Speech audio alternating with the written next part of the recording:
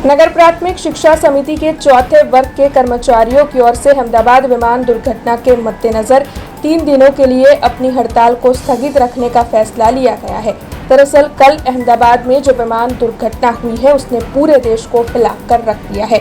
तब मृतकों के प्रति हर कोई संवेदना दिखा रहा है, मृतकों को श्रद्धांजलि अर्पित कर रहा है।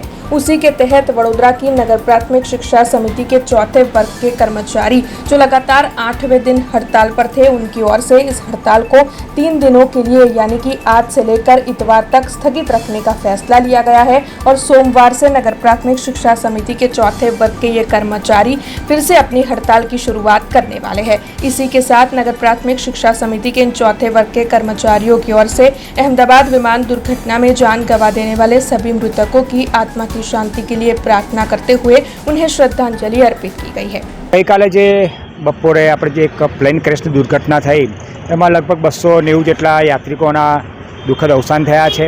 એમાં આપણા પૂર્વ મુખ્યમંત્રી વિજયભાઈ રૂપાણી પણ એમનું પણ અવસાન થયું છે। ત્યારે અમારા હડતાલના 8મા દિવસે આ મેસેજ મળ્યો અમને, એટલે એક સંવેદનશીલ અમે નિર્ણય લીધો છે કે આગામી 13, 14 ને 15 અમે હડતાલ મોકૂફ રાખી છે અને સોમવારે 16 તારીખથી અમારી હડતાલ યથાવત રહેશે। જે લોકોનું અવસાન થયું છે તેમના પરિવારને પ્રભુ દુઃખ સહન કરવાની શક્તિ આપે। અવસાન થયું છે એમને શિક્ષણ સમિતિ અને ચોથા સંઘ વતી શ્રદ્ધાસુમન છે। 27 જેટલા યાત્રિકો આપણા વડોદરા શહેરના પણ હતા અને જે હાલ અત્યારે દવાખાનામાં સારવાર લઈ રહ્યા છે, પ્રભુ તેમને વહેલા સાજા કરે એ જ પ્રભુ પાસે પ્રાર્થના। हमसे जुड़े रहने के लिए हमारे YouTube चैनल को सब्सक्राइब करें और नई वीडियो की नोटिफिकेशन के लिए बेल आइकॉन को दबाएं।